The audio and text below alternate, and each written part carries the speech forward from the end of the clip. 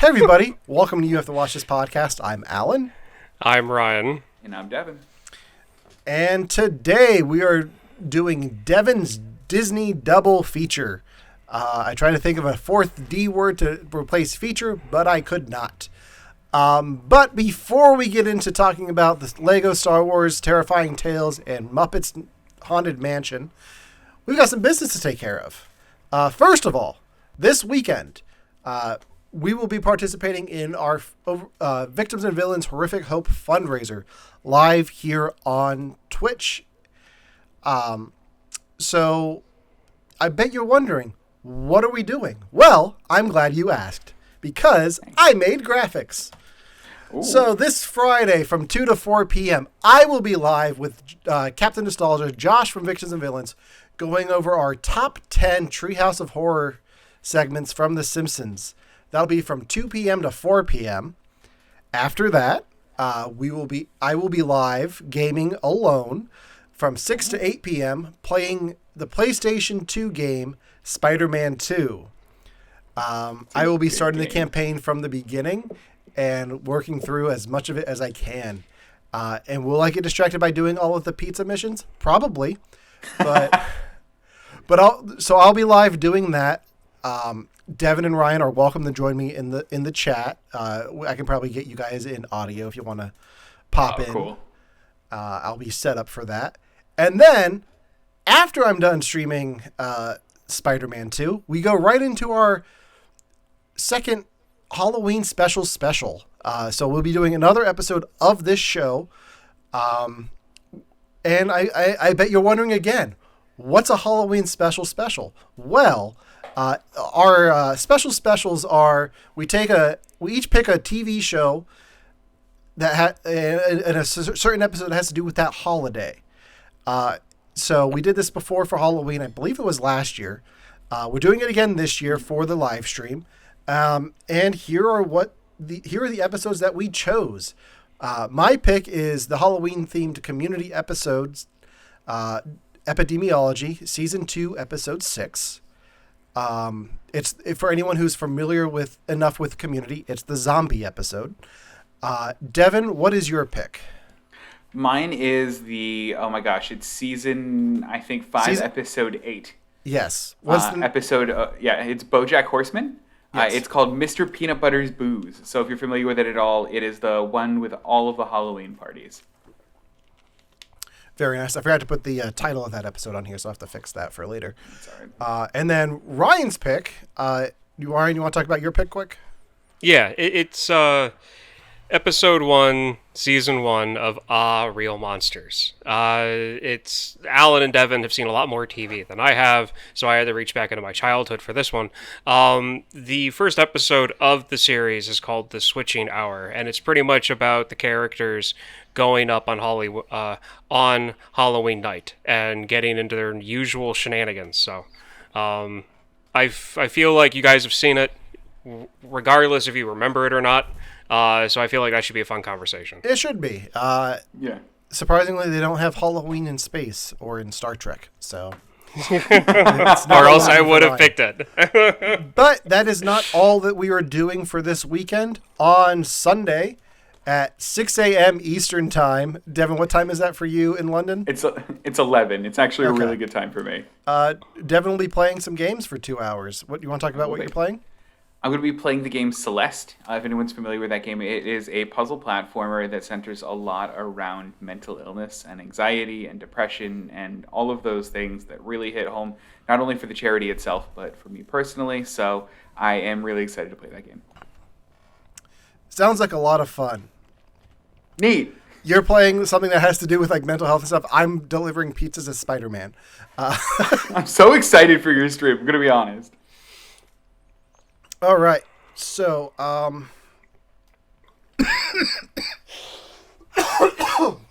sorry about that. It's got you all choked up. Oh, wait. My mic's not live. My mic was not live for any of that. I have everything muted. It's okay. Did you get it recorded? Yeah, but we just went live, and people heard like my half of the conversation. People heard. Yeah. So People heard the bits about Mr. Peanut Butter's booze. They heard about. I'm hoping that my mic. I'll fix it in post. It's fine, but still, yeah, it's gonna be a lot of fun. Have you done your full rewatch of all the Treehouse of Horrors yet? I am not watching them all. I am on season 13. I'm on the 12th or 13th one. So wow. I'm going to try my best to get there, but I'm sure you know them anyway. I'm sure you don't necessarily need to rewatch all of them. I don't, but it's going to be I'm going through the ones that look like I need to watch them just to make sure I have my top 10.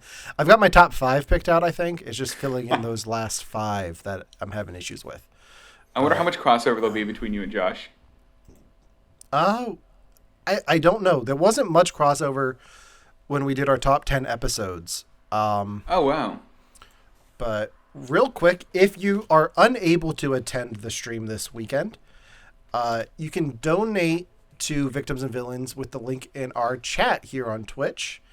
And then I'm going to post that as well onto our Facebook stream here. But yeah, so while I do that, let's get into what we watched this week. Starting with Devin, you watched something that I have not heard anything about on the internet yet. So yeah, it's weird. It's this real indie thing. It's called Squid Games. I don't know. You guys probably haven't heard of it. It's some Korean thing. Who watches it? Everyone watches it. It's everyone in all of the countries. So actually, I had a lot of anxiety watching this, not because everybody liked it and had high standards, but I actually heard really bad things about the dubs and subs in it, and that the English translation was not good. Before I get into it, have you guys seen it? No, and I've been holding off for the reasons that you just said. I've heard the same things about the dubs and subs. Yeah, have you watched it, Ryan?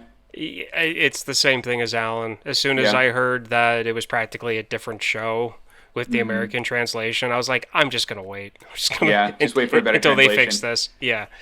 I was thinking the same thing, and then I saw a spoiler online and then went, this whole stupid show is going to be spoiled for me before I get a chance for a proper English translation, so I'm just going to deal with it. I heard that the subtitles are better than the English dub, so I didn't do the English dub, I just did the subtitles. It's great. I mean, I saying Squid Game is a good show on the internet isn't a hot take that anyone's willing to listen to. But I like it. I'm having a lot of fun with the show. It's shot and edited incredibly well, more so than I expected it to be fair. Okay. Yeah, so I mean, it's better than just a good story, I think. I've got some hot takes that we'll get into here in a bit, so. On Squid Game? No, not on Squid Game, on other things that the internet loves, so. Ooh, good. I think you can figure it out. No, I want to watch it. I want to sit down and watch the subbed version. It's just I don't have the I have so much to watch this week for this weekend that I just haven't had time to sit down and read a show. So that's my main holdout at this point. Yeah, and that's mine as well. I mean, I have heard that part that the subtitles are closer to what it's supposed to be, but at the same time, you guys know my issue with just having subtitles on without having the English on there. Yeah. So there's that. But at the same time, I'm also kind of a downer with this kind of stuff anyway, because I was such a fan of dystopian stuff when I was a teenager and in my early 20s that when I see dystopian stuff nowadays, I just kind of roll my eyes and go, oh, another Hunger Games. So I get that, and I know it's better than that. So I don't want anybody out there to knee jerk and say, "Oh no, you need to watch it." No, I understand it's good. I will watch it eventually. It's my knee jerk reaction whenever I see anything dystopian nowadays. That's all. Yeah, Ryan, look who you're talking to. I get it. Yeah, I know. The one thing I wanted to say, this is a spoiler, but I heard a comparison to something else that I was like, oh.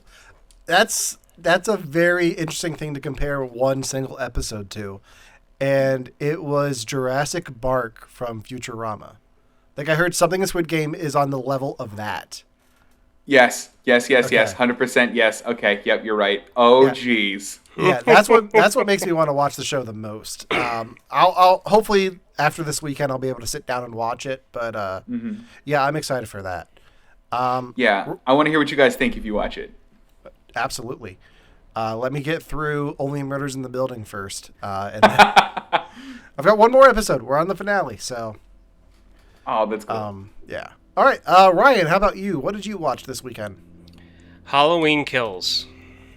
Nice. So jealous of you. Now, did you go to the theaters to see this, or did No. you watch it on? Okay, watch it on Peacock. Yeah, I watched it on Peacock. It was what I was hoping it was going to be. It didn't surprise me. It didn't, like make me see the Halloween movies differently. It wasn't on that scale. It was just it's a good sequel to the one in 2018, and I cannot wait for the next one to come out. There's What going is to be the a next next one? one. Yeah, the plan was always to do a Halloween trilogy. Ends. Yeah. Halloween Ends is going to be the next one that comes out next year. So this one's the second part of the trilogy, and it started in 2018? Is that... Yeah. I'm gonna Oh, yes. Okay. And it's like Kristen and I really like the 2018 one. Mhm. Like almost at the same level, which is really weird for us to find a movie that we both enjoy at like the same level. Aw. But Halloween Kills starts off right where the one in 2018 ended. Okay. So if you're really, so if you don't remember, that one that well, rewatch it and then watch this one like Okay. right I haven't after because I- it goes right into it. I never got to see the 2018 one, so I'm Me neither. gonna. My plan is to sit down and watch both of these back to back. Yeah. Oh, cool. And like I remember saying to Kristen, like these were made to be binged back to back because like if you don't watch the first one and then you watch this, you're gonna be so confused at the beginning. Well, Interesting. it is following the formula from the first Halloween, where the second Yeah. one takes place like immediately after the events of the first film. Right? That's what they do in Halloween 2? Yeah. So Yeah. yeah, I'm excited for it. I'm gonna check it out. I'm looking forward to some Halloween stuff. Like I'm already watching the Treehouse of Horrors for this weekend, but I'm looking forward to like some actual horror stuff. And I enjoy, like, you had me watch the original Halloween back in 2018 before Yeah. Devon was on the show. Oh, wow. Are these the Jamie Lee flicks? Yes. Yes. We're talking Yeah. about the new ones. Ryan just watched the new one, and Devon and I have not yet, but I think we both plan on it. Oh, yeah. Yeah. Is Jamie Lee in the 2018 one, too? Oh yeah. Yes. Oh. Yeah, Yes. so the 2018 Halloween is a direct sequel to the original Halloween. It's Got in it. that So- timeline. Yeah. Yeah. It's So in that all the universe. stuff It's in back- that timeline. Yeah. They ignore Nice. every other Halloween film and just do a sequel to the original film. You Not know, mad about because it. I'll watch that's the way they do sequels now. All right, Like so I said, they are good. So Okay. yeah, so I'll have to watch it. we'll have to check that out on Peacock. But yeah, I didn't have time to like I've said, I've been watching The Simpsons and like the long list of things that I have to watch from you guys. But I did have a chance this weekend to join Victims and Villains for their review of DC Fandome, which is the DC equivalent of an online Comic-Con, where for 4 hours they just threw out all of the new material that they could. We got a sneak peek at the new Aquaman, the new Shazam. Black Adam had a little teaser in here. There was a cool. tribute to Smallville, which celebrated its 20th anniversary the day of Fandom. And Michael Rosenbaum and Tom Welling were there to like talk about Smallville. As a huge Smallville fan, see, I'm rocking the Smallville blue shirt. And I had the autographed comic behind me. I haven't changed my background yet from DC Fandom because I have to change it for this weekend. So, as a Smallville fan, I was like, yes, like Josh, we're talking about this when we go live. So you can hear my full review of everything DC Fandom. Josh and I talked for about 2.5 hours about everything that happened in 4 hours. So you can check that out on Victims and Villains YouTube channel. I'll post the link on our social, so make sure to follow us on Facebook and Instagram to see that. But I wanted to take a moment and talk about two of the trailers, two of the teasers that came out of DC Fandom with you guys, because they're on the internet. And the first one, which I don't remember what I put here, is the Batman. Yeah, so the Batman released its second trailer. The first trailer came out at DC Fandom last year. This one gave us a better look at Paul Dano's Riddler, a little bit more action because they had more of the movie shot by this point, like the whole thing. They're just editing it now. What did you guys think of the new Batman trailer? Ryan, do you want to go? Yeah, it's got me sucked in. I really hope that the movie fits. This is what I hate about trailers sometimes. The movie better have the same feel as this trailer. I think it doesn't need to be quick paced, but just the feel. Yeah, I think Matt Reeves does a good job of keeping the tone in the marketing as what comes into the film. And it's telling that this trailer used the actual score that Michael Giacchino is doing for the movie. Like that's the new Batman theme. That's his theme. Devin, what did you think? Yeah, I like it. I'm trying not to be too judgy one way or the other about this new Batman because I'm going to see it no matter what.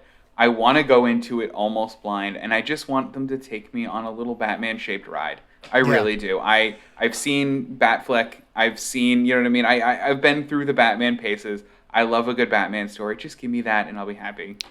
Yeah. Here's my hot take. Yeah. The trailer's fine. I'm still on board for this movie, but I wanted more from this trailer.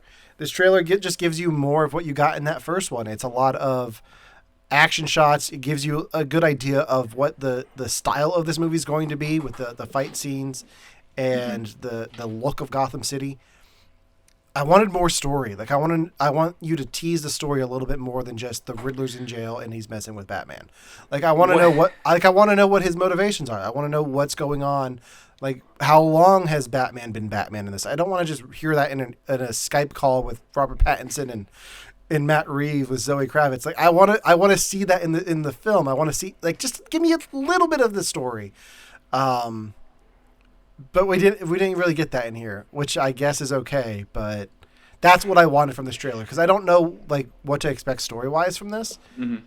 But I want to know. Like I just want a little bit of an idea. Well, hold on. So I don't know about the Skype call between Robert Pattinson and somebody else. My guess from the trailer, let me know if I'm right, is this is a young Batman. Like he looks like baby Bruce. Like he doesn't look like even like Michael Keaton. He looks like he's, early 20s. I fashioned this bat suit, and by the way, I have a car and put wings on it. Yeah.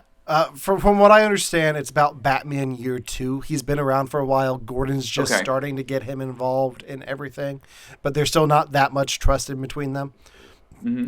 The main thing that you missed from the Zoom call between them was they talked about their auditions, and evidently anyone who auditions to play Batman has to try on a Batman suit, and Warner Brothers just keeps the Val Kilmer one around for everyone to try on. Because I've heard stories about Christian Bale. I'm pretty sure Ben Affleck had to try that one on. And I asked Josh during the live stream, like, so if he had to try on Val Kilmer's bat suit, did Paul Dano have to try on Jim Carrey's Riddler suit? Like, is that how that works? Like, there's just footage somewhere of Paul Dano in those green tights. But yeah, I'm excited for this movie. What's interesting is that the day after this trailer came out, Marvel moved all of their release dates for next year back 3 months. So Doctor Strange was supposed to come out the same month as the Batman. It is now coming out in May, and there was a huge ripple effect for everything else. I don't think it's directly affected by that, but like. It's kind of funny to think that it might be. It's coincidence enough. Yeah. The only thing that can kill Doctor Strange, Batman. The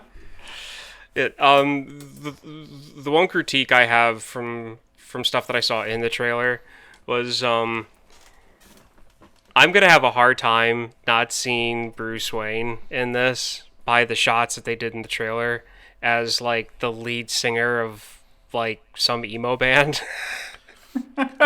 Because he's got the long black like hair that like comes down kind of on the face a little bit. Like I'm kind of getting, like Hawthorne Heights vibes from This it a is what's little gonna bit. happen in like the third film with him. When he finally gets a Robin, it's just gonna be like the trailer's just gonna be him singing "Teenagers Scare the Living Shit Out of Me." Wait, hold on. So is this planned to be a multiple like run Batman, or are they just doing like a one and done thing? It's supposed to be a trilogy, from what I understand. Okay. And there's supposed to be two HBO Max spinoffs. One about the Gotham PD, and one there's rumors of one about the Penguin. Oh, cool. So we'll see. Like I'm iffy on the whole DC HBO Max spinoff shows, but if they're as good as Peacemaker looks compared to that trailer, then I'm all on board. Like that trailer sold me on their concept of spin-off shows from the DC film.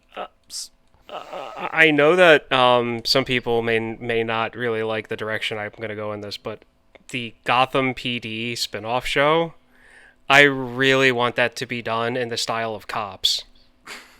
Like shaky cam, like live footage.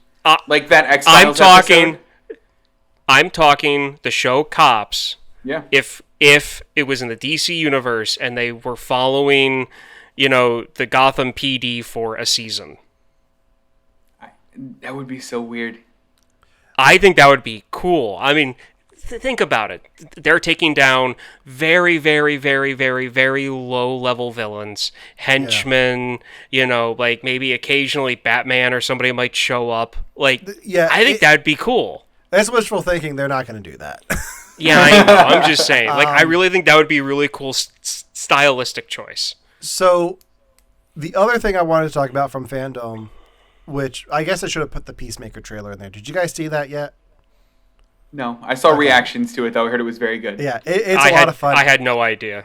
Before Fandom even started, I bought a Peacemaker's T-shirt, which I sent you guys the picture of, which I'm not posting on here because Facebook. But the other thing I wanted to talk about was we got our first glimpse at the Flash film, which got me super excited just from the opening score of this little tease.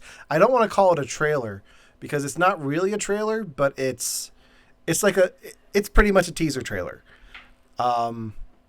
With Michael Keaton's Batman doing the voiceover narration to Danny Elfman's Batman score from 1989. What did you guys think of this teaser? I'm going to see this stupid movie. I'm going to see it. I wanted to hate it. I wanted to not watch it. I wanted to make you guys force me to watch it for the podcast and me begrudgingly watch it like I did Venom twice. I'm going to be excited to see this stupid movie. Yeah. It's going to be a lot of fun. There's going to be two Barry Allens, evidently. They showed a shot of them, I think, right? Yeah. I paused at that point. I was like, wait a minute. Did you notice that the second Barry Allen is wearing the Batman suit but spray painted red with the lightning bolt? No, that's cool. Yeah. Ryan, what did you think? Trailer was cool. I'm still not sold on the Flash yet. Oh, no. The Snyder Cut sold me on the Flash. I am sold on the Flash. Yeah, as the only good DC hero. That's not really what I mean. What I mean is that when it comes to just the Flash in general, like the trailer's cool. I'm eventually going to see it. The fact that it's Michael Keaton's Batman, I'm watching it. I'm watching it, but I'm watching it for that. Oh, not for him. And the thing is, it's nothing against the actor. It's nothing against the way that the character is portrayed. It's just the Flash he can run fast and think fast. But the Speed Force, that's a whole other thing. There's like a whole other part of that.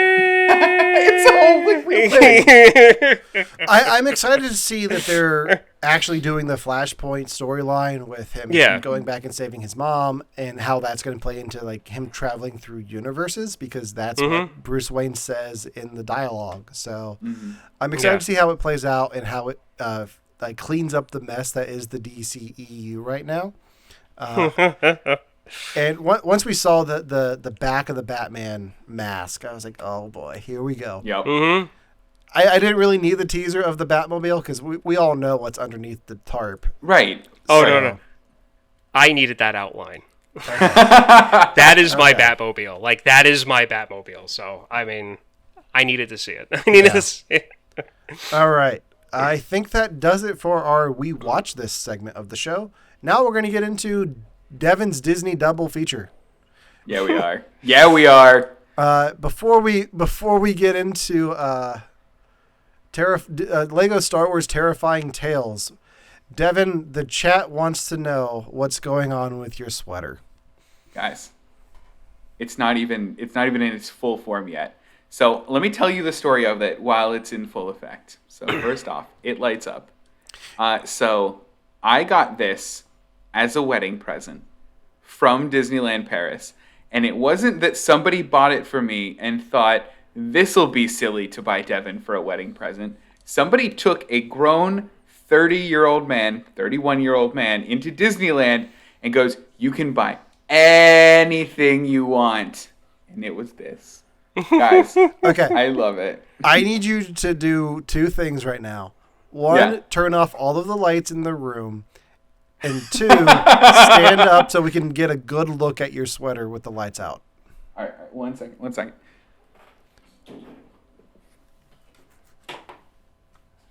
This is going to... I'm tempted to... I kind of want him to do the rest of the show like that. He's standing like Uncle Fester. Yeah. I'm sorry, but I'm getting Uncle Fester vibes with him standing like that. Guys, I make think- great life choices. I think you should do the whole show with the lights out with that sweater. Just with the sweater going. Yeah, like leave your ring light on, but turn the back But light off. just turn the backlights out? Yeah. I will do that. I think it's a good idea. Okay. Hold on. Take off your headphones. Don't walk away with them on. Things we should have done before the show started. Yeah, that looks good. Yeah, that's fine. There we go. This was worth it. Dare I say, I think you should just do the show with that light off all the time because It It's honestly, like I'm in yeah. a void. I like that shot. Yeah. Yeah, it gives Yeah. you a little bit more depth instead of like the big bright light behind you. So, kind of like Okay, it. well this'll stay on then for Okay. every show. No, that's not what I said. That's what I heard, said. and that's all that That's matters. what I said. No, Do you want me to? So what were talk the about other everything? options for you at Disneyland Paris? Oh my gosh, like legitimate memorabilia, like statues, artwork, things that could have decorated this blank white void. I could have bought like souvenir pictures of the occasion, pictures with the family. I could have posed with a character, anything. The world was my oyster. It was this. Okay. If it makes you feel better, Romana has a matching one. Okay. Oh, you got to take a picture of That's- that and send it to us, Oh. like, both of you will. in those. Real quick side note, I just remembered. Did friend of the show Chad give you your wedding present for me? Oh, he did. Okay, good. Oh, he did. I'm so excited about it. Yeah. It is such a cool piece of Disney memorabilia because for those who don't know, this came from before they acquired Star Wars. Yeah. So this is like it is a very interesting time in Disney's life. In my antiquing adventures, I found that, and I was very confused why there was a Disney lightsaber, and I did some research on it and found out it's from 2008. So like when they just had Star Tours, they hadn't even bought Lucasfilm yet. Lucasfilm was still making the Clone Wars movie for Fox, and like it hadn't even come out yet. So, but Disney had lightsabers, and it has the Mickey Mouse ignition button. It's Phantom Menace era. I love it. It makes noise when you Not even open Phantom it. Menace. Like that's pre-Clone Wars. That's amazing. Yeah. Yeah. Which And it glows. Yeah. Like my shirt. I mean, I think Guys. you should. That's something you can hang on that wall. I can. I could put it like here. Yeah. Very proudly. Like right there. It's a good call. All But right, no, let's- this is what I decided. All that to say, let's talk about Lego Star Wars Terrifying Tales. Okay, leave the All ring light right. on. That's just creepy. It's not Well- creepy. It's festive. It's not Well, to creepy. be fair, now the ring light's on. Oh, whatever you Yeah. had before. Yeah, Got it. That's better. that's better. Okay. Yeah. So I'll go ahead and take point on this one. So this one is, like you said, Lego Star Wars Terrifying Tales. It is directed by Ken Cunningham, written by David Shane. I don't know either of those two. Are they big Star Wars writers? You guys know? I have no idea. You're gonna have to No turn idea. the ring light on. It's very distracting. Like What, my yeah. computer scrolling? Yeah, no worries. We'll turn that back on. There we go. It'll look gross for a sec, and then we'll flatten out. But anyway, so it's written by those guys. This cast is interesting. I don't know if you guys caught the cast of this while it was happening, but Christian Slater is voicing Kylo Ren, or just Ren. Tony Hale is Vinny, and I always just love seeing Tony Hale in things, which makes me incredibly happy. And then those are really John DiMaggio. If you guys know him, he's Bosch in this. There we go. Okay. He's Bosch in this. But anyway, voice casting aside, the whole point of this is it's just terrifying Star Wars tales. It is the story of Poe Dameron crash landing accidentally on Mustafar. He ends up in a Vader-themed hotel. Lego silliness ensues. Guys, what did you think? There are several themes in this that I really enjoyed, that I'm really hoping, Devin, that you caught, because I know Alan at least caught one of them. And now I'll let Alan continue. Having been binging the Treehouse of Horror episodes, I really enjoyed this. Yeah. Especially the Wookiee's Paw, because I just watched the Monkey's Paw episode of The Simpsons yesterday. Oh. No, I thought this was a lot of fun. I liked the idea of the segments that aren't really canon but play with it. Like it's kind of like it's kind of like the Treehouse of Horror, where it's taking the characters that you know and putting them in these ridiculous situations. Because you know that like Darth Maul didn't just go up to Palpatine like, "Hey, I'm back and I have robot arms." Right. Like that's not how it happened in the Clone Wars as it's presented. But being able to see him fight with General Grievous, and then like seeing an alternate take on Kylo Ren's origins that actually does something with the Knights of Ren. Because I don't know if you guys remember this about the sequel trilogy. They don't really do anything with the Knights of Ren. Stupid.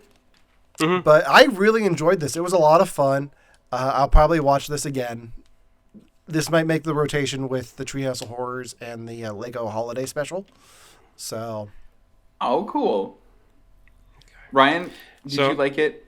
Oh yeah, no, I did. I like the whole concept of like the Vader Hotel, and all of the weird stuff that they did with that.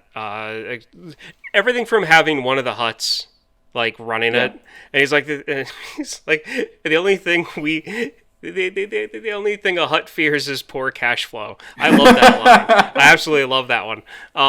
But I'd have to say my favorite sketch was the Kylo one, because it was a giant Lost Boys take. Oh, was it? Oh my God! I knew. I've never seen Lost Boys. I've never seen it. Oh my God! I guess it was. We did that one for the show. I didn't put that together, but yeah, I guess it was. Yeah, it was. Huh. Yeah, because it was the motorcycle gang terrorizing the town. They go off and do their thing. They're hanging under the bridge, and the train goes by, and they all let go. Like, that one was straight up the whole like Lost Boys movie, and I absolutely loved that. And I saw the whole like the monkey's paw thing was great with the whole Wookiee's paw. And I loved how they played with it too, like how Leia and Obi-Wan were the ones doing the run on the Death Star because Luke wasn't there. Yeah. Like, I love that play on things. But yeah, I mean, but at the same time, evil Butler wants to rule the universe. I loved that. But that's all I really have to say about it. That's all So if the first segment with the Knights of Ren and Kylo is the Lost Boys, yeah. What's the second segment with Darth Maul and Grievous? What do you think that's ripping off? Or what's that based on? Because I didn't. Full disclosure, I watched this at work while I was wrapping things up, so I didn't really it was on in the background. And I was trying to pay as much attention to it as possible, but Yeah, I don't know if that's. I mean, that one's kind of standard, like plot wise. It's like go get MacGuffin thing. MacGuffin turns you evil. Like I'm trying to figure out what like horror movie that could be, but it could end up being a lot of them. Mm-hmm. And then the Monkey's Paw, one of the Monkey's Paw is kind of on the nose because isn't there just a movie called like The Monkey's Paw? Something like that, yeah. Yeah. So, I mean, these took, classics, spun them off, and then you've got the whole Lost Boys in there. And when I saw that, I'm like, oh, this is definitely for the parents. Because I mean, if you have a parent of a kid who's like 10, 8, maybe 5, they've more than likely have seen the Lost Boys. And when that whole thing started, and the gang shows up, and they start talking to Kylo or Ben, and the guy takes off his helmet, and I'm like, the name of this? And then I saw the white mullet, and I'm like, this has to be white. This has to be the Lost Boys. And then they did all of the Lost Boy, all points. Yeah. Along the way. That might make my wife want to watch it if I tell her, hey, they did a Star Wars Lost Boys spoof. Yeah. That might be enough to get her to watch this again when I watch it the second time. I feel like an idiot for not picking that up, but I'm going to be okay with myself. I guess I was just too busy like picking up on the hints of Star Wars lore that's never really been explored, like Vader's castle. Like we see it once in Rogue One, but it got cut from Rise of Skywalker. You explore it, I guess, in some of the VR games that they have out, but like weird. I enjoyed that. I enjoyed like the tidbits of Grievous's story before he's General Grievous and like his origin story, which is the first time I think we've gotten that in anything that it's animated or live action. Like I think you only could read that in books before, and I think most of them are legends. And not to say that this is canon, but I think it pulls from that canon for that character, and it introduces that to people who aren't familiar with that. I love that Matthew Wood came back as Grievous for this, and Sam Witwer voiced Maul again. I will watch anything with Sam Witwer voicing Maul. Yeah, he was a really good part of this. I did really like the Maul part. But I want to know, so this brought up something that I think I'm having a problem with some of these Lego Star Wars things that come out, because I like them a lot. They're a lot of fun. All of the characters that are the most fun in them for me aren't the sequel trilogy characters, because everyone has such clear defined personalities, even in the prequels. So like that like if Palpatine does and says this thing, that's not like Palpatine, that's really funny. Or like Obi-Wan in the holiday special going hello there, like that's funny. That's a character thing they're playing with. Poe could be anyone. Rey could be anyone. There was never a time where I was like, Poe wouldn't do that, because Poe would do any of it, I guess. Let me correct something that you said, because the internet's going to get mad if we don't clarify. Rey can be anyone except for a Skywalker.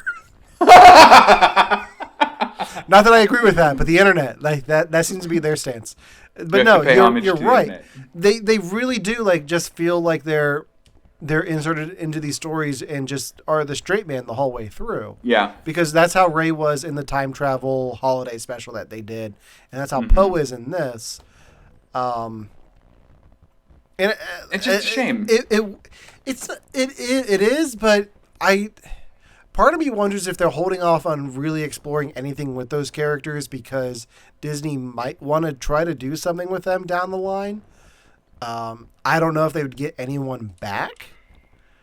It could also be the fact that they're still trying to establish them because of the mess that was the prequels, the way that they were produced and made.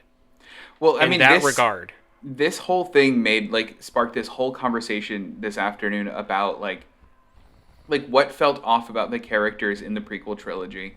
It just felt like it was this need that sequels. They needed to be. We're talking sequels. Yes. Right, sequels. Sorry, that they felt like they needed to be everything to everyone.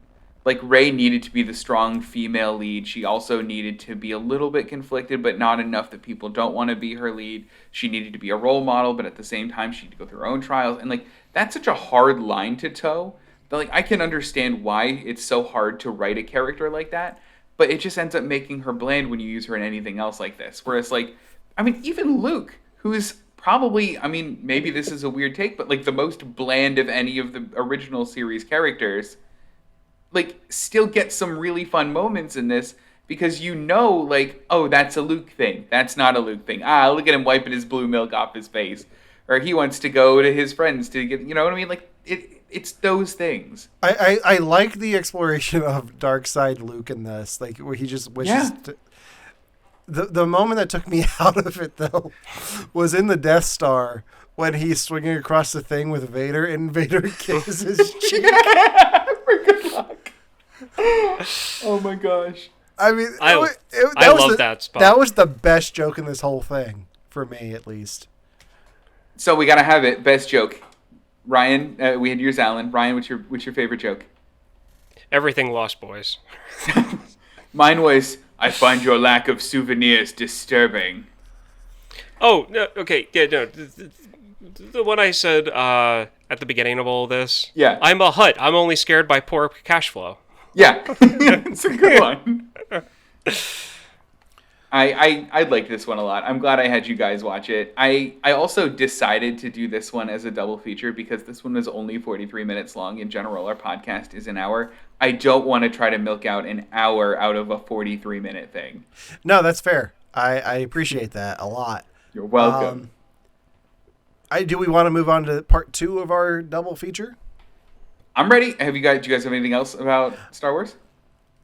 I want to see them do more specials like this, where they're not canon, they're just fun. I don't want to I'm not gonna watch anything else Lego Star Wars that wasn't made for Disney Plus because I feel like the Disney Plus stuff has found its what's the word I'm looking for? Niche. Niche, yeah, that's it. Yeah, I gotcha. It's found its niche. I just want to see more of these, and maybe step away from doing the sequel characters. Maybe like give me a prequel era one. Like just explore. I want to see more of these going forward. And if we get one a year, like that's fine. So for you guys, which one's the better one? This one or the holiday special? I'd rather watch this one before the Christmas one. Take the Lost Boy segment out, though. Is that still the case? Yes, actually. Okay. Yeah. I didn't have the urge to go back and rewatch the holiday one. I kind of want to go back and watch this one again. Okay. So. Yeah, I think I like this one better, and mostly just because I'm a Halloween nerd, and I mean, obviously, I would watch it again. Yeah. All right, let's move on to part 2 of Devon's Disney double feature. Great. And that is Muppets Haunted Mansion. All right, so I did this one on purpose. Wow, that got dark. I'm sorry. It's okay. It did. So I did this one on purpose because I know a lot about the Haunted Mansion, like a stupid amount, like a really obnoxious, nerdy amount about the Haunted Mansion. We'll get to it. You guys know that much about the Muppets. So I feel like as a podcast, we can fill in each other's knowledge gaps, and that'll just be cute. Okay, but before we get into this, I think you and I are on complete opposite spectrums of this as far as the Haunted Mansion goes. I have not been on the Haunted Mansion in 20 years. I have not been to a Disney park in 20 years. As I was watching this, I'm going to have to send you the bill for this. I said to my wife, I was like, we got to go to Disney because it's been too long. Like, I don't know. I didn't get half of the references to this because it's been so long. Like, wow. I think the only one I understood from, like, I got that they were going for the ride stuff. I understood who the characters were, but I don't remember the ride that well. Okay. Because I was 11 when I went to see it. No, not even 11. I was 10. I was 10 years old. Wow. So before we dig too much into it, Ryan, what is your experience with the Haunted Mansion? I was on it back in 2017, 16. Okay, so a bit more recent. Got it. A little bit more recent. A little bit. I don't remember any of the real characters. I just remember the ride, like the ride for itself, and I remember seeing the tombstones out front and like just casually reading a few sentences here and there that were on them, and that was it. So for me, there was a lot of assuming in this. Okay. But yeah, that's pretty much it.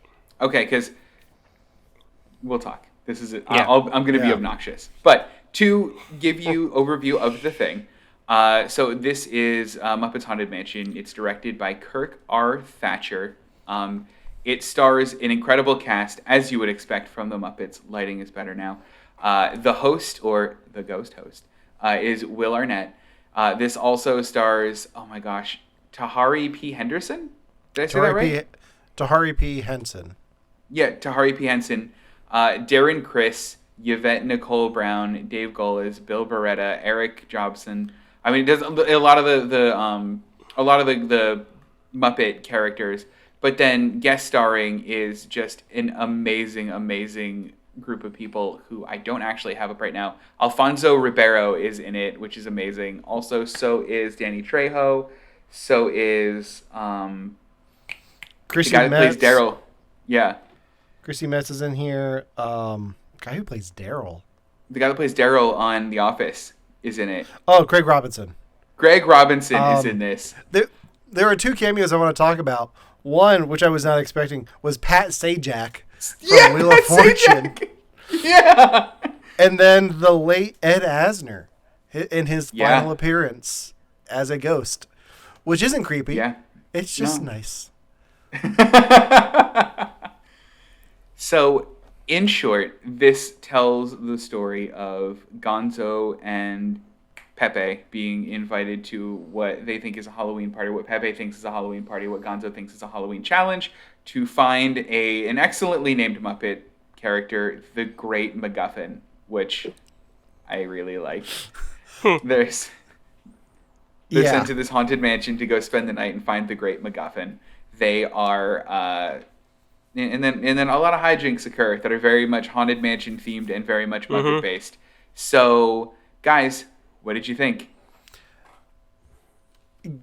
Stepping away from the not understanding a lot of the references to the Haunted Mansion, I was okay with most of this. There were a few jokes that just went on and they kept... I don't need to see anything Disney making jokes about how they didn't have money in the budget, because it's Disney and I know how much they make. So Fair. I don't need to see that. And it, I can once, okay, I'll give you that. But they went for it 3 times, which I'm glad they followed the rule of 3 with that. But it just got tiresome after a while. It's Disney. It's Disney. It's the Muppets. We know you don't want to throw money at them. That's why they have that Disney Plus show that is pretty much just Zoom calls, which is weird. Yeah, that's right. Just give me the Muppet Show. Do the Muppet Show. Right. Ryan, what did you think? Okay. I enjoyed it. It was a good Muppet thing. I'm not sure. I'm not sure if I'm gonna watch it again. Not that it's bad. It's just it was kind of like a cool one-time thing for me. It was neat. It was fun to watch, but then you're done. Yeah, pretty much. All right, so I loved this. I love this unequivocally. This is making my yearly rotation of things to watch at Halloween. I even stopped it at several points, ran over to Romana with my laptop and went, "Look what they're doing! Isn't that funny?" And she went, "Yeah, that's funny." And then I stopped watching it halfway through and watched it again with Romana because she liked what was going on too, because I'm such a freaking Disney nerd when it comes to the Haunted Mansion. It's my favorite ride. I even know that this is based on the California version of the park and not the Florida version, or the California version of the ride and not the Florida version of the ride, for a couple of very specific reasons. Okay, so stupid. that might also impact why I was kind of confused. Yeah. On parts of it, because I've only been to the Florida one. Yeah. Okay. Yeah, Devin, which Disney parks haven't you been to? I haven't been to the Asian parks yet, but we're planning on doing them all in one trip very, very soon. Okay. we have a plan. It's going to be great. Okay. Yeah, it makes sense that it's based on the California version because the Muppets, I believe, in canon live in LA. Yeah, they do, don't they? Because that was the point of the movie I watched. Yeah. The original Muppet movie. Yeah. Yeah. So I guess we should just I'll just ask this: what makes this specific to the California ride compared to the other ones? So Fozzie Bear plays a very specific ghost called the Hatbox Ghost, who is my favorite ghost in the Haunted Mansion, and that one can only be found in California. and not in Florida. And there's also a couple of ride references that are very specific to that one, and a couple of scenes that Florida makes a really big deal out of that just aren't in the California one that didn't make it into this. Thank goodness, which I thought was really fun. Why? Why what? You were like, oh, thank goodness. Why? Oh, I'm a jerk. I'm a Haunted Mansion purist, which is a stupid thing to be. Don't envy me for this. But there's a room in the Haunted Mansion in Florida where they just show you the Escher stairs. It's just a room that's just the Escher stairs. You dune buggy your butt past it, and look, the stairs are silly in this room. And it doesn't make any sense, and it's just part of it in Florida, and it's not part of it in California. And I feel like they would have made a bigger deal out of it because it's such a piece, and they're so proud of that room in Florida that if it was based on that one, they would have put it in this. Do you think because it's the Jim Henson Studios, they would have just taken the scene from Labyrinth and superimposed Gonzo and Pepe on David Bowie and Jennifer Connelly? That would have been so fun, though. If they did it that way, I would have liked it. So I'll tell you guys my absolute favorite part of this, and this is going to be such a dumb Devon part of it, but here it goes. So when Miss Piggy she's Madame Leota, she's in the ball. And she's like, she did one of the "this is my only cameo in this thing" jokes in that one. Mm-hmm. And then they left, Pepe and Gonzo left, and she sneezes, and then she calls Kimmy in to come clean her. Did you guys know who Kimmy was? No. All right, so Kimmy's mom was the original Madame Leota, the one that was in the ball, and her mom did the projection for Madame Leota. The lady that cleaned it is doing the projection for Madame Leota for the Nightmare Before Christmas re-theme of the California ride, and she's also the general manager of Disneyland. Okay, there's a lot to unpack. There's a lot to unpack. They're retooling it to be Nightmare Before Christmas? Oh, they do it every year. So every year it's not a permanent thing.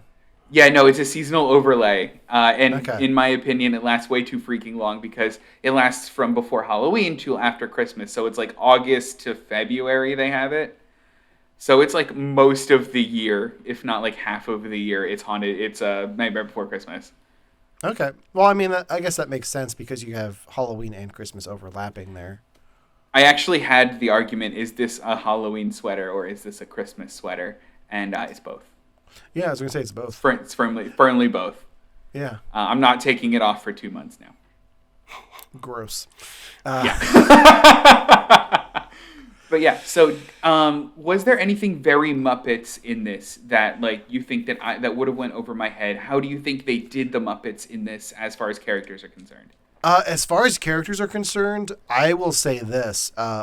You guys are aware that my wife is a Muppet. Photographic evidence that she is just a Muppet. She's a huge Muppet fan. She's loved the Muppets since she was a kid, and she's like the my go-to for Muppet references. Watching this with her, she picked up on some characters that we have not seen since the 90s in this. Whoa. Yeah, and there was a lot of characters that just don't get into the rotation that much, like on that Disney Plus show, or just in like anything. Like I was surprised to see Walter from the Jason Segel film from 2011. I did not. Mm-hmm. I was curious. I like that character. He's fun. That was the first Muppet movie I saw in theaters. So it was nice seeing him. The one that I was surprised by was in the credits. Brian Henson had a credit. I was like, oh, Brian Henson was in this? Jim Henson's son, who directed Muppet Christmas Carol. And my wife was like, oh yeah, he's the only one who ever does the voice for Sal. The like lounge singer guy with the slick back hair. He's the only one who ever does Sal's voice. So, and that's the character who we haven't seen since the 90s, since Muppets Tonight. Wow. So I didn't know that. They did some deep pulls. They didn't bring back what's his name? The like lobster looking guy from Muppets Tonight. Clifford. They didn't bring back Clifford because they fired Kevin Clash for good reason. But no, I really enjoyed the use of the Muppet characters. The way they did it. The weirdest thing for me was seeing Gonzo teamed up with Pepe instead of Rizzo. Yeah, That's what I was thinking too, because I thought they were always like the team, or at least they were in Christmas Carol. I saw a video on this. Somehow I've ended up on Muppet TikTok, and like there are weird different sides of TikTok, but this one, like, there's people who like deep dive into the history of the Muppets and like everything that Disney does with them now. One of the theories that I saw about that was Rizzo was voiced by Steve Whitmer, who also voiced Kermit. And after the ABC like Muppets sitcom that was based on The Office, like the mockumentary, he had a big falling out with Disney, and they fired him from the role. So I think part of the reason that Rizzo's in this, and I was surprised by that, because he voiced Rizzo, but I think they got a new voice and gave him a smaller part because he was such a big character for that voice. Like he was like that was his character, so they were kind of pushing him to the side until they either get somebody else to do Rizzo, or having seen the special now, I think it makes more sense for Pepe to be in that role than Rizzo, like looking for the celebrities like that. That seems more like a Pepe thing. Not that Pepe's bad. Like I in my mind, I kind of interchange Rizzo and Pepe a lot, so it works out a bit. Yeah. But I enjoyed it. But I think that's part of the reason why was they are trying to distance themselves from Rizzo for a bit. Sure. Yeah, I was fine with Pepe. I love the prawn jokes, like you know, dead prawn walking. Like I absolutely lost it at that one. But the one character to show up that surprised me, and I actually I said under my breath when I was watching it, they did this. Tiny Tim is a ghost at the party standing on the table. And he's wearing the outfit from A Christmas Story. So that's dead Tiny Tim on the table at the mansion. I wondered if that was him. In my mind, that is just Kermit's nephew as a ghost, like because they're all just ghosts. Like the outfit's a little bit sketch, but yeah, no, I don't think they actually called Tiny Tim for this. It's just a fun reference. Like if you look at those movies as the Muppets playing those characters, then it's just they pulled that character back in. Yeah, it's just fun. Yeah, no, it's just, but that's not where my mind went. My mind went totally like, oh my god, that's dead Tiny Tim. Now let's talk for a minute here. Like the implication of A Christmas Story is when Scrooge goes good, Tiny Tim doesn't die, right? Or is that a fixed point in the timeline that you can't? I think this is the alternate timeline where he never gets good.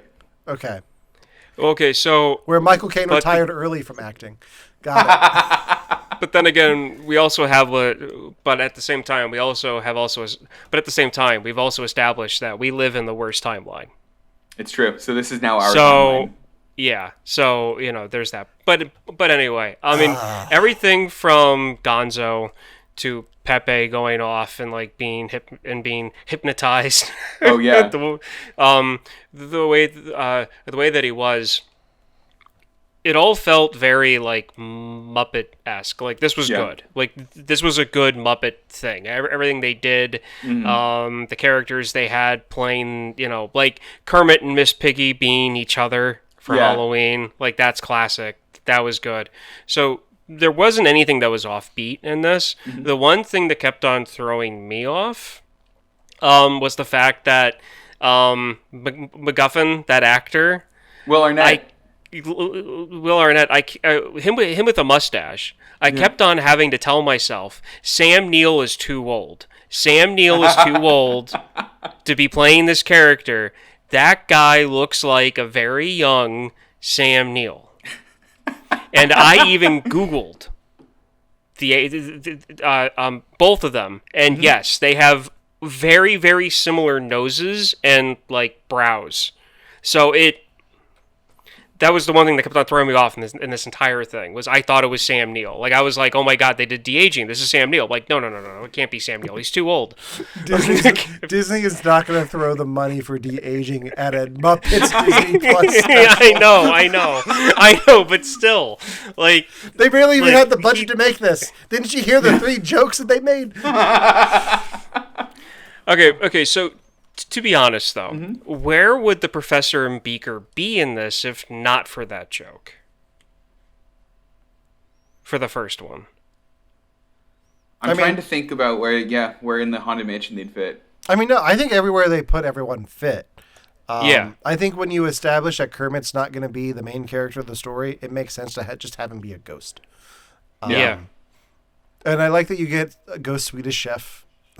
That was funny. And live Swedish chef. Like, that's always a good time. How did you guys like Will Arnett in this? Because I think one of my favorite things with Muppets now is to see the person acting off of the Muppets and how they do in things. He got old, and I don't like it. Yeah, he did get old, didn't he? I can't remember the last thing I saw Will Arnett in. Was it Arrested Development? Oh, probably. Like, when they Wow. brought it back to Netflix the second time. But part of me wonders if they just aged him up a little bit, because there is some, like, very strong streaks of gray in that fake mustache that he's wearing. No, I thought he did okay. I don't think he was given that much to work with. I think it's Michael Caine gives an Oscar-worthy performance in A Muppet Christmas Carol. Will Arnett is just given sides. It's not really anything. It's like an amusement park acting kind of, because it's based on an amusement park ride, which fits. I really want to go back and rewatch Muppet Treasure Island now, because it's been a few years since I've seen that. Can we do it for the podcast? Because I've never seen it. Maybe that might be. It could be wrapped into other things. It's fine. We've got a lot of things going on in the podcast, so that might have to wait until the new year. But yes, that'll be on the list. Okay, good. Because for me, Tim Curry is just a human Muppet anyway. So I feel like he's going to be phenomenal with the rest of the cast. Yeah. The last thing that I can say that I saw Will Arnett in, because I'm not good with stuff like this like you guys are. So I'm going through his film thing, and I'm trying to find something that I'm like, oh yeah, no, I know exactly the character he played in this movie. And that's Blades of Glory. Oh boy. Wow. That is the last thing on his film thing here that I'm looking through, and because one thing, I'm discounting old voice acting, because to me that doesn't. No, he does a lot of it. I'm discounting old voice acting. I want to see his face, and I completely it's Blades agree. of Glory. No, for me, looking back at it, discarding all of the voice acting, it's Pop Star Never Stop Never Stopping, our lost episode, because he plays the CMZ guy who's always drinking the big gulp from 7-Eleven. Oh yeah. So wait, you guys never saw Lemony Snicket then? The newer one on Netflix? He's in it. I'll take more Will Arnett any day. Yeah. I never got into Lemony Snicket. So. It's an acquired taste. Yeah. Okay, so Devin, I've got a question for you. Yes, and for you, Ryan. ready. So if they were to take another Disney attraction and make a special version like they did for this with the Muppets, which attraction would it be, and who would the human be? Here, this is what I was thinking. You do Pirates. I'm taking the easy one. Pirates of the Caribbean. And at first I was going to say just keep Johnny Depp as Jack Sparrow. Oh yeah. But I'm changing that. You do Pirates of the Caribbean, but you keep Jeffrey Rush as Barbossa. I love that. And you make Pepe really Jack Sparrow. You make Kermit Will Turner, and Miss Piggy Elizabeth. Oh, I like that. I really like that. And then you have them do basically the plot of it. And then you have Sam the Eagle be her dad. Yeah, that works. That really works, actually. And then you get a new actor to play Clifford and make him Davy Jones, because he's already got the tentacle thing going on. Oh, right. No, that's a really good take. Yeah. That would be a lot of fun. Disney, call me. Disney, he's got it. He's knocked it out of the park. Yeah. So avoiding the ones that already have kind of anthropomorphized things in it, I think I want to see a Space Mountain episode or a Space Mountain special with the Muppets, and I want it to spin. This is gonna be super nerdy, so hold on. I want it to specifically be based on the Disneyland Paris one when it was Mission 2 and not when it's Hyperspace Mountain the way that it is. And there is a reason for this, dang it. It's based on the Jules Verne story From the Earth to the Moon. The whole thing is shaped like a giant gun meant to be shooting you a bullet into the moon or space. There's a very clear, defined plot in it, and it's also based on that really old black and white movie. I think it's called From the Earth to the Moon, where they like shoot a bullet at the moon, and like there's that iconic like picture of the moon with a bullet in its head. Yeah. It's based on that. So that specifically is what I want. I want. This is gonna be tough, but I think I want Bill Nye in it, but I want like young Bill Nye. I want like science rules Bill Nye and not current Bill Nye in it. I want him to be playing against the Muppets. You mean current Bill Nye, who's just like, wake up, people, like the world's Yes! on fire? You don't want that? I don't want angry. Don't give me angry Bill Nye. Give me fun science Bill Nye. You ask for Bill Nye, you get Bill Nighy because he was kicked out of the Muppet Pirates of the Caribbean. Exactly. I'll take him. It'll be fine. We'll take all the rejected ones over here. But yeah, that's what I want. Ryan, what do you got? The Runaway Train roller coaster ride. Big Thunder Mountain. Big Thunder Mountain. Yeah. Denzel Washington. I just want to see Denzel with the Muppets. Yeah. I don't really like. I'm trying to piece together a story because I have no idea what the story to Runaway Mountain is. Like I don't. Do you want me to tell you the story to Big Thunder Mountain?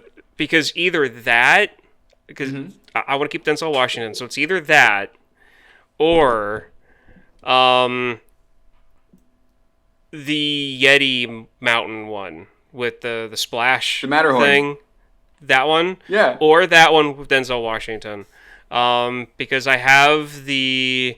There was a movie about rapids in the 90s where there was like a criminal pretending to be like a guide on a river, and I think it's called Whitewater or something. I forget the name of the movie, but but you know, it's in my head.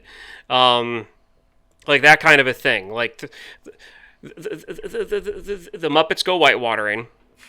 Yeah. So that's just funny, you know, mentally. And then they end up running into like a Yeti Muppet, and there's two human tour guides. There's two river guides. One's Denzel Washington, and the other one's the villain who killed the guide and took his place to try to escape from like away from what he stole by using them as cover. Okay.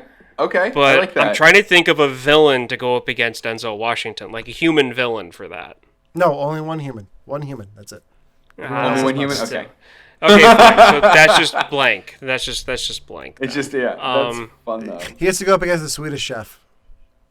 I'm on board. Grover. Grover wouldn't be too bad. You bringing in the Sesame Street Muppets? Okay. No, not Grover. I think I got his name wrong. Gonzo. The dog who plays the piano. Oh, Ralph. Ralph's the villain. They very much underuse Ralph. Like, that's my biggest complaint about Disney. They never use him for anything. It was great seeing him behind a piano. Yeah, he was a little bit in this. Yeah. Cool. I mean, that's the biggest bit he's had in years. Really? Which I really liked. Yeah. Yeah. Ralph is one of my favorite Muppets. Yeah. He's one of the originals. Yeah. Why don't they use him as much? Is it just like they can't picture him outside of a piano and just don't have one? I think it might have to do with like the legacy of that character, because I can't remember. Okay. I can't remember if it was Jim Henson who voiced him. Something like that. But real quick, I just searched Denzel Washington and the Muppets, and he was in the 25th anniversary Sesame Street special with Oscar the Grouch. Oh, that's cool. Oh, okay. Good guy Denzel. When was that? Yeah. When was the 25th anniversary? The 90s, judging by that picture. Wow. I didn't realize they were going on for that long. Let's see. But no, Ryan, if you ever need to know the full story of any Disney ride, I got you right here, man. I got you. This is what I do. See, when I go to Disney, I don't ride rides all the time. Most of the time, I just exist in Disney. And I just take in all of the stupid little details and all of the little stories and how they all tie they're together. there, and they're there for a reason. So, I get that. But somebody like me, when I go into, like, a theme park, I have so much stuff going on, like hearing, seeing, unfortunately smelling sometimes, that I can only take in and absorb so much at one time. Mm-hmm. So, like, that's kind of what happened with the whole Haunted Mansion thing. There were people talking around us in line. There were kids. I mean, obviously, kids are going to be kids. It's Disney. They belong there. But there was stuff going on in line that was distracting to where I couldn't, like, really focus on the tombstones and read. Sure. I mean, that makes a lot of sense. So... it's been a long time since I've looked at Wikipedia. I just scrolled through this whole article trying to figure out who did Ralph originally, and I forgot to look at the top picture where it just says performer right underneath it. Jim Henson did do Ralph from 1962 to 1990, and then he didn't come back until 1996. So, but the guy who's done him since '96 has been the voice of Ralph since. I like that they're so consistent with these characters because as Muppets, I feel like, we just trade them out as everyone can do a bit of a Kermit impression. Let's just get someone to do a Kermit impression at this. Do it right now. I can't. I can't. Nope. I can't. You just said everyone can do it. I said a bit of a Kermit impression.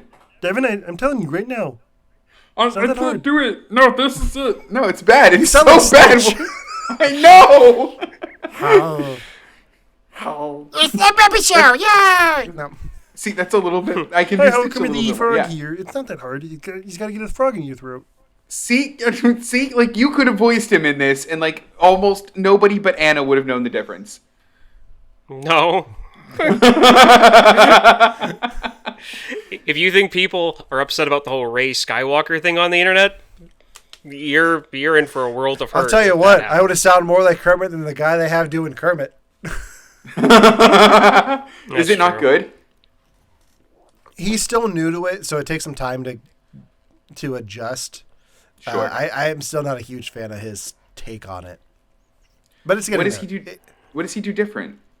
You'll have to go through and watch it. I can't really describe it. It just doesn't sound as Kermit-y as it should be. It's not like his bouncy, maybe? It's more, it's not as bouncy. It's more monotone.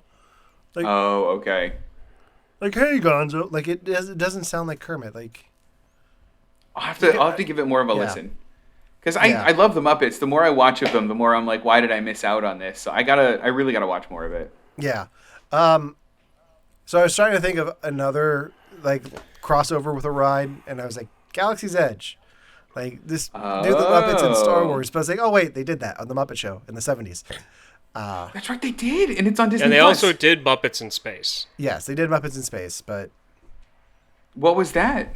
Don't worry about it. Don't worry about it. No, don't. The best thing to come out of Muppets in Space was the jelly glasses with all the characters on them. I had those. Yeah, I had those. I have them. Yeah, so my wife collects them. We have the full set. Yeah. Love it. So you have the jars. You're good for Muppets in Space. That's it. That's the only good thing. Okay, got it. Anything else Muppets Haunted Mansion we want to talk about? I love it all, guys. This was made for me. It's a problem. Yes. The biggest problem out of this whole thing is now I need to go to Disney, so I remember the Haunted Mansion. Take me with you. I'll tell you all the nerdy facts. Don't worry. No. If my tour guide is not a young Sam Neill, I'm going to be very upset. I'll dye the mustache, Ryan. I'll dye it. Ask Chad. I was a great tour guide. I'm glad you brought up Chad because I was playing Back for Blood with him, and he's like, I'm going to go watch the Muppet Haunted Mansion. And then he's just messaging me like, oh my God, this is amazing. I just went on the Haunted Mansion. I was like, yeah, it's been 20 years for me. He's like, oh, that sucks. It's like, thanks, Chad. Oh, I love it. All right. I think that does it for the Muppets Haunted Mansion. Next week, it is Ryan's turn to pick. Ryan, what are you going to have us watch? Sleepy Hollow. Yes. The Tim Burton film. Yep, we're going to get back on board to watching an almost actual Halloween movie. Good. I can't wait. I wanted to watch this one for a while. I am very excited. Yeah, I'm really hoping that you enjoyed. Alan, you didn't see it either, right? I have not you haven't seen it either. No. So, I'm really hoping that both of you guys enjoyed it. I think you will. So if you enjoyed my Kermit the Frog impression this week, tune in next week for my walking. I'm going to love this conversation. It's going to be great. So that'll be next week's show. But before that, don't forget you can catch us this weekend as part of Victims and Villains Horrific Hope fundraiser event. Friday from 2 to 4, I will be on Victims and Villains Twitch channel counting down my top 10 Simpsons Treehouse of Horror segments. And then from 6 to 8 p.m., I will be live playing Spider-Man 2 for the PlayStation 2 on their Twitch channel. And then right after that, at 8 o'clock, we will be doing our Halloween special, where we will be talking about 3 Halloween-themed episodes of TV shows we each love, but the other 2 have not seen. My pick is Community Season 2, Episode 6, Epidemiology. Devon's pick is BoJack Horseman Season 5, Episode 8. What was the episode title? Mr. Peanut Butter's Booze. Okay. And then Ryan's pick is the pilot episode for Real Monsters. Community, I believe, is available on Hulu and Netflix. BoJack Horseman is a Netflix show. You can catch that there. And I believe Real Monsters is available on Paramount Plus.